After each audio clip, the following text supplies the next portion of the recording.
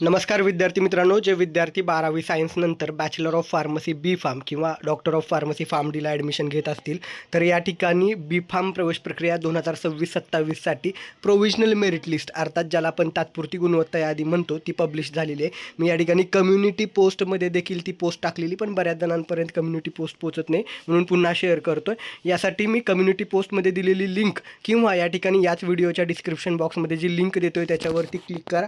Directly या ठिकाणी तुम्हाला प्रोव्हिजनल मेरिट लिस्ट बघण्यासाठी जे पोर्टल आहे CET सेलचं ते ओपन होणार आहे आणि त्या ठिकाणी गेल्यानंतर तुम्हाला तुमचा ॲप्लिकेशन ID जो आहे PH24ने जो सुरू होतो तो आणि या ठिकाणी तुमची डेट ऑफ बर्थ या गोष्टी तुम्हाला टाकायच्या आहेत आणि त्या टाकल्यानंतर तुम्हाला त्या ठिकाणी तुमचा प्रोव्हिजनल मेरिट लिस्ट नंबर किती आहे तो समजेल. अर्थात लक्षात घ्या, प्रोव्हिजनल मेरिट लिस्ट नंबरवरून तुम्हाला कोणतं कॉलेज लागेल याचा अंदाज आपल्याला लागत नसतो. त्यामध्ये फक्त तुमचं नाव, मार्क्स, कास्ट, कॅटेगरी या सगळ्या गोष्टी बरोबर आहेत का चेक करायचे. थोडा नेटवर्क इश्यू आहे त्यामुळे पोर्टल ओपन व्हायला वेळ लागतोय.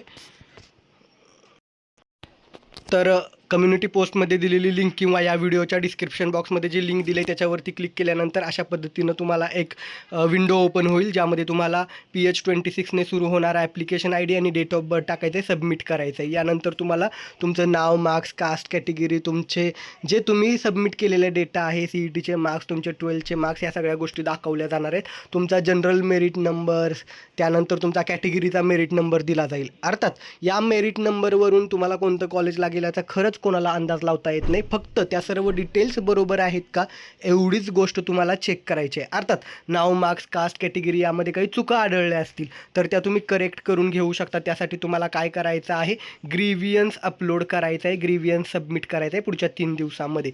लॉग इनमध्येच तुम्हाला ग्रीव्हियन्स टाकता येईल. अर्थात लक्षात ठेवा, ज्या विद्यार्थ्यांनी समजा त्यांची कॅटेगरी OBC, SC, ST काहीतरी असेल आणि तुमचे काही डॉक्युमेंट पेंडिंग असतील तर तुमच्या कॅटेगरीच्या समोर डॉलर किंवा हॅशटॅगचं साईन आलेलं असू शकतं. तर किंवा काही जणांचं नॉन क्रिमिलियर नसेल तर तो पण एरर असू शकतो. तर तुम्हाला 4थ्या कॅप राऊंडपर्यंत त्या गोष्टी सबमिट करायच्या आहेत.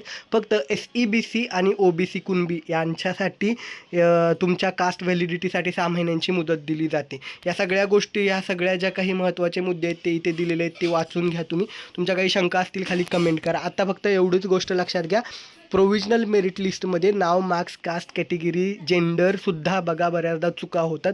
या सगळ्या गोष्टी बरोबर आहेत का, त्यामध्ये काही चुका असतील तर ग्रीव्हियन्स टाकून करेक्ट करून घ्या.